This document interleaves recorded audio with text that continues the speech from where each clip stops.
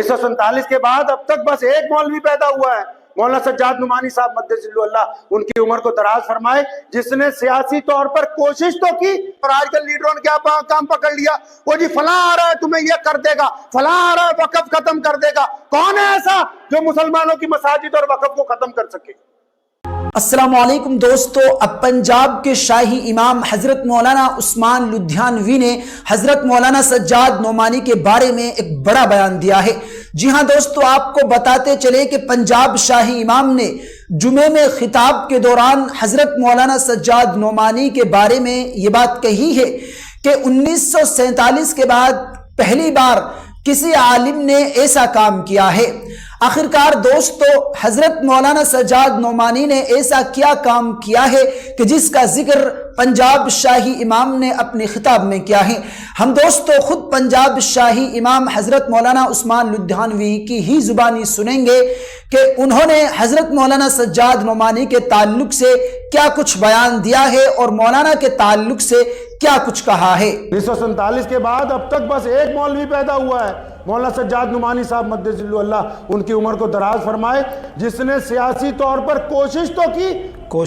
ہمارے اکابرین جو ہے شیخ الاسلام سیدنا حسین احمد مدنی صاحب رحمت اللہ علیہ، رئیس الارار مولانا حبیب الرحمن لدھیانوی رحمت اللہ علیہ، امیر الہند مولانا ابوالکلام آزاد رحمت اللہ علیہ، حضرت مولانا حفظ الرحمان سہواروی رحمت اللہ علیہ، مفتی اعظم ہند مفتی کفایت اللہ دہلوی رحمت اللہ علیہ، امیر شریعت سید عطا اللہ شاہ بخاری، یہ سب کے سب مولوی بھی تھے، سیاستدان بھی تھے۔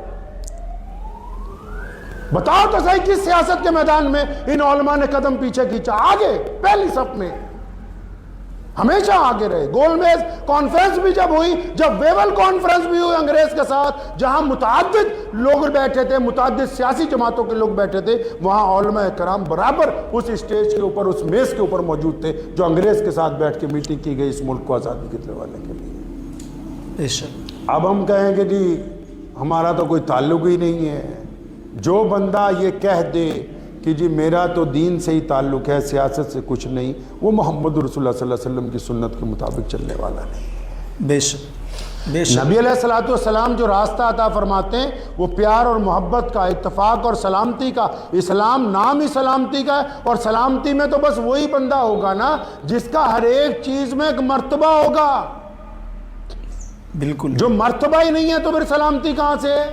بے شک مرتبہ ہونا نہایت ضروری ہے نا۔ تو آپ میں جو لوگ جو مسلمانوں میں صرف بیٹھے کوس ہی رہے ہیں، ان سے میں اطمینان سے یہ کہنا چاہتا ہوں کہ بھائی خود بھی کچھ 2 قدم آگے بڑھ لیجئے۔ بڑی اچھی بات کہی، آپ بھی 2 قدم آگے بڑھیے۔ بے شک بڑی اچھی بات کہی۔ ایک پیر برادری واد کی پونچھ پہ رکھیے، ایک پیر نفرت پہ رکھیے، اور پھر محبت کا اعلان کیجئے، صرف اپنوں ساتھ نہیں، غیروں کے ساتھ بھی۔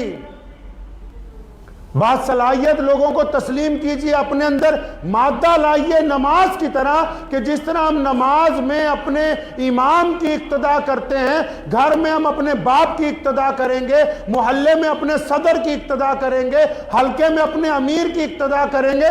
صلاحیت پیدا کیجئے۔ یہ جو مزاج ہے آپ کا نکتہ چینی کا، یہ اسلامی شریعت کے مطابق نہیں ہے۔ بے شک ایسا ہی ہے۔ حوصلہ افزا نکتہ چینی جو ہوتی ہے وہ ان لوگوں کا کام ہے جو دوسرے کو سیدھے راستے کے اوپر لا سکتے ہیں، لیکن پھر چھوٹی چھوٹی باتوں پر اختلافات پیدا کرنا، چھوٹی چھوٹی باتوں پر مخالفت پیدا کرنا، سیاسی طور پر کسی کو اپنا قائد نہ بنانا، سیاسی طور پر کسی اور کو آگے لے جانے کی کوشش ہی نہ کرنا، اس میں حکومت کا تو کوئی قصور نہیں ہے۔ ملک کی پارلیمنٹ نے دروازے کھلے رکھے ہیں آپ کے لیے کہ آؤ بھائی، جیت کے آؤ، ہمارے ساتھ بیٹھ کے بات کرو۔ آپ کہتے ہیں ہم پارلیمنٹ میں تو جائیں گے نہیں، ہم تو باہر بات کریں گے۔ اس لیے اس ذہن کو بنا لیجئے اپنے اچھی طرح کہ دوسروں کو کوسنا بند کر دیجئے، اور سارے کے سارے یہ تو سستا نکتہ ہے، یہ تو چھوٹا سا سستا نکتہ ہے جو آج کل کے مقرر ہیں نا، جو شیلے و تقریر کرتے، وہ جی سرکار نے یہ کر دیا، حکومت یہ کر دے گی۔ کوئی مسجد اس وقت تک اپنی جگہ سے نہیں ہٹ سکتی جب تک آپ سیاسی طور پر مستحکم رہیں گے۔ بے شک یہ بڑی اچھی بات کہی ہے۔ دنیا کی کوئی طاقت کسی مسجد کو نہیں ہلا سکتی ہے۔ ایسا ہی ہے۔ آپ سیاسی طور پر مستحکم نہیں ہوں گے، پھر جو مرضی ہوتا رہے. کیوں؟ کیونکہ جتنے بھی فیصلے ہوتے ہیں، جتنے بھی دستور بنتے ہیں، قانون بنتے ہیں میرے بھائی، وہ سڑک کے اوپر نہیں بنتے، وہ ویدھان سبھا میں بنتے، وہ پارلیمنٹ میں بنتے، وہاں جہاں آپ اپنی نمائندگی رکھنے کے لیے تیار ہی نہیں ہے. بتاؤ کس طریقے کے ساتھ آپ کا مسئلہ رکھنے والا ہے. پیارے پیغمبر نبی علیہ السلام کو پڑھ لو کبھی. نبی علیہ السلام مکے سے ہجرت فرمائی، مدینہ المنورہ پہنچتے ہی نہ مسجد نبوی کی جگہ خریدی، نہ گھر کے لیے کوئی جگہ خریدی، نہ قیام گاہ کی بات ہو رہی ہے. سیدھا ہی پوچھا کہ متعلقہ حکومت کون سی ہے، کہ جی فلاں فلاں یہودی کا بلاؤ، اٹھاؤ بخاری شریف. فرمایا آؤ ہم تمہارے ساتھ بیٹھ کے ایک معاہدہ لکھیں گے کہ کیا حقوق ہونے چاہیے تمہارے بھی اور ہمارے بھی. پڑھیے بخاری شریف کو. جس کے نبی نے، جن لوگوں کے نبی علیہ السلام نے جینے کا رنگ دیا ہو، ڈھنگ عطا کیا ہو کہ بھائی اس طرح جینا ہے، وہ قوم کہتی جی ہم نے کرنا کیا؟ اللہ کے بندے کرنا کیا ہے؟ جو جس دور میں جو چیز سامنے آئے گی وہی استعمال کریں گے نا. اب دور آ گیا ٹیکنالوجی کا، اب دور آ گیا پولیٹیشنز کا، اب دور آ گیا سیاست کا، اب دور آ گیا پارلیمنٹ میں جا کے بات کرنے کا. تو بھیجو اپنے لوگوں کو وہاں تاکہ وہاں بیٹھ کے تمہاری بات کریں. اور صرف یہی باتیں نہ کریں کہ مسجد چاہیے، قبرستان چاہیے. مسجدیں اور قبرستان تو موجود ہیں، ان کے تحفظ کا مسئلہ ہے کہ یونیورسٹیاں چاہیے، کالج چاہیے، روزگار چاہیے، بہترین تعلیم چاہیے، نئے اسلامی ادارے چاہیے، اسکول چاہیے، اچھے کالج چاہیے، انسٹیٹیوٹ چاہیے بڑے بڑے، جہاں نوجوان بیٹے اور بیٹیاں پڑھ کے بہترین روزگار کما سکیں، جہاں وہ اسلام کے نمونے بن کے لوگوں کو یہ دکھا سکیں کہ بہترین ایمان والا کیسا ہوتا ہے.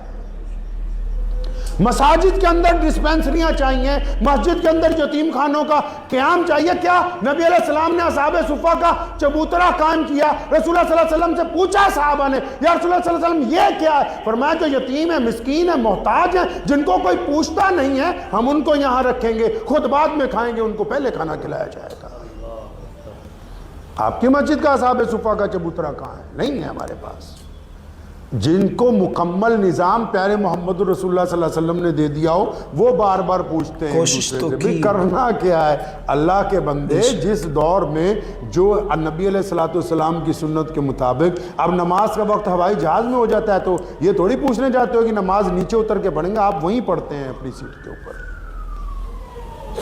اب وقت ہے سیاست کے میدان میں آگے آنے کا، اب وقت ہے سیاسی طور پر شعور بیدار کرنے کا، اب وقت ہے سیاسی قائدین کو اپنا ہمنوا بنانے کا. اب وہ جو کام اگر کوئی ایسا بزرگ کر رہا ہے تو پھر اگر کسی کے پیٹ میں درد ہو رہا ہے تو میں یہ سمجھ رہا ہوں کہ پیٹ میں جن کے درد ہو رہا ہے تو اس کا مطلب پیٹ میں کچھ خرابی ہے، اس درد کو درست کرنا چاہیے، کیونکہ مخلص وہی ہے جو آپ کو عزت کا راستہ دکھا رہا ہو. مخلص بندہ وہی ہے.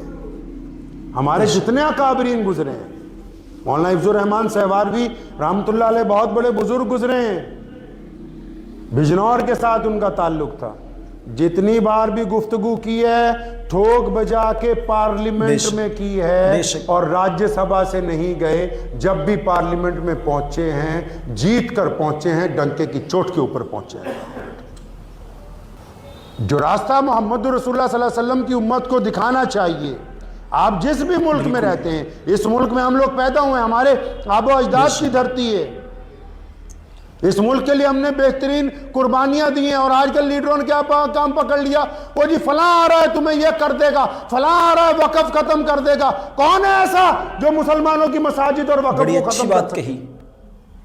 بے شک بڑی اچھی بات. مسلمانوں کو ڈرا کے کچھ سیاست کرنے کی کوشش نہ کرو. ان کو یہ بتاؤ کہ بہترین زندگی اس ملک کے ہندوؤں، سکھوں، عیسائیوں، دلتوں کے ساتھ مل کے بہترین زندگی کیسے گزاریں گے، ملک کی خدمت کیسے کر سکیں گے، یہ بتاؤ ان کو راستہ. ڈرانے کی کوشش نہ کرو. وہ دور چلے گئے کہ آپ ڈراتے رہے اور ڈرا کے اپنا مسئلہ سیدھا کرتے رہے. وہ وقت نہیں ہے اب. اور میں ممبر پہ بیٹھا ہوں، اللہ رب العزت کی قسم کھا کے کہہ سکتا ہوں کہ جب بھی گفتگو ملت اسلامیہ سے علماء لدھیانہ نے کی ہے اس میں مفاد اپنے دین کا، قوم کا اور ملک کا ہوتا ہے. کبھی کسی خاص شخصیت پر انگلی نہیں اٹھائی. لیکن گزشتہ جمعے کے بیان کے بعد جہاں لاکھوں مسلمانوں نے کہا کہ ہاں کچھ تبدیلی ہونی چاہیے، وہاں گنتی کے 4 لوگوں نے پیغام مجھے بھیجا کہ جو عزت تمہیں دی ہے وہ ہم چھین لیں گے. میں کہا یہ پہلی بار پتہ لگا. قرآن نے تو کہا کہ عزت دینے والی اللہ کی ذات ہے، وہ جسے چاہے گا عزت دے گا، جسے چاہے گا عزت واپس لے گا. تو راحت اندوری نے کہا، ایک مسلمان نے پھر مجھے خود ہی لکھ کے بھیجا، کہنے لگا راحت اندوری نے ایمرجنسی میں، جب ملک میں اندرا گاندھی نے ایمرجنسی لگا دی تو اس نے شعر لکھ دیا تھا کہ سرکار چور ہے. تو اس کو پکڑ کے لے گئے پولیس والے. تو اس نے کہا جناب میں نے یہ تھوڑی لکھا کہ ان کی سرکار چور ہے.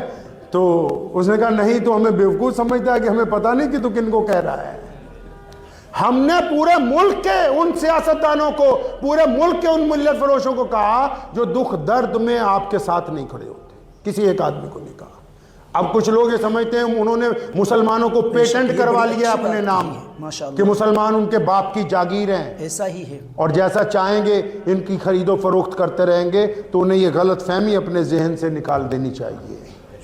اس بات کو ذہن نشین کر لیں، پوری قوم اس بات کو سمجھ لیجئے. میں زمینی سطح پہ، ابھی میرا دورہ ہوا تھا اتر پردیش بھی جانا ہوا ایک شادی میں، زمینی سطح پہ آپ ٹی وی کو کم دیکھیے، واٹس ایپ پہ کم جائیے. ہم نے زمینی سطح پہ اس بات کو نوٹ کیا، جس طرح سوشل میڈیا دکھاتا ہے کہ مسلمانوں میں اور غیروں میں نفرت ہے، زمینی سطح پر وہ نفرت موجود نہیں ہے. زمین پر وہ نفرت موجود نہیں ہے. 100 میں سے 2-4 ہوں گے، لیکن اکثریت آپ بازار میں جائیں، مسلمان بھائی، ہندو بھائی، سکھ بھائی، عیسائی بھائی، دلت بھائی، وہ ایک ہی دکان پر خرید رہے ہیں، ایک ہی دکان پر سامان بیچ رہے ہیں، ایک ہی جگہ کاروبار کر رہے ہیں. یہ سیاستدان کہہ رہے ہیں اپنی اپنی قوم کو، کوئی ہمیں ڈرا کے چاہتا ہے ہمارا لیڈر بن جائے، کوئی انہیں ڈرا کے چاہتا ہے ان کا لیڈر بن جائے. تو ذہن نشین کر لیجئے اس بات کو کہ زمینی سطح پہ آپ نے کیا کرنا ہے نبی علیہ السلام کی سنت کے مطابق. پیارے نبی علیہ السلام کی جو سنت ہے، جس طرح نماز کی ادائیگی اسلام نے سکھائی، جس طرح للہیت اسلام نے سکھائی، جو دیانتداری ایمانداری اسلام نے سکھائی ہے، زمینی سطح پہ مسلمانوں وہ کام کیجئے. خدا کے واسطے نکتہ چینی ایک دوسرے پہ کرنے چھوڑ دیں. ایگزامپل سیٹ اپ کیجئے. صاحب جو رات میرے پاس آئے تھے ان کو میں نے یہی کہا، میں کہا آپ کے دل میں تو بہت درد ہے اسلام کا. کہنے لگا جی بہت درد ہے. میں کہا یہ بتاؤ کیا آپ نے بھی شادی بنا دہیز کے کی ہے؟ کیا آپ نے بھی اپنی مسجد میں کوئی دواخانہ کھولا ہے جہاں غریبوں کو مفت دوائی ملتی ہے؟ کیا آپ کی مسجد میں بھی کمپیوٹر سینٹر موجود ہے جہاں بچے فری میں کمپیوٹر سیکھ سکیں؟ کیا آپ کے پاس بھی کوئی ایسی چھوٹی این جی او ہے جو محلے میں بیواؤں کو، یتیموں کو چپ چاپ مہینے میں راشن دے دے، جو یہ نہ دیکھے کہ جس کی مدد کر رہے ہیں وہ مسلمان ہے، ہندو ہے، سکھ ہے، عیسائی ہے، دلت ہے، کون ہے؟ آپ اپنی ذاتی سطح پر کیا ایگزامپل سیٹ اپ کر رہے ہیں؟ کریں گے انشاءاللہ تعالی. دوستو حضرت مولانا عثمان لدھیانوی نے اس بیان میں کیا کچھ کہا ہے وہ آپ لوگوں نے مکمل سن لیا ہے. دوستو عثمان لدھیانوی نے یہ بیان جمعہ کے دوران دیا تھا. ناظرین اکرام اس بیان کے تعلق سے آپ کیا کچھ کہیں گے ہمیں ضرور بتائیے گا. ناظرین اسی طریقے کی اپڈیٹوں کے لیے ہمارے چینل کو ضرور سبسکرائب کر لیجئے گا. جزاک اللہ. السلام علیکم ورحمۃ اللہ وبرکاتہ.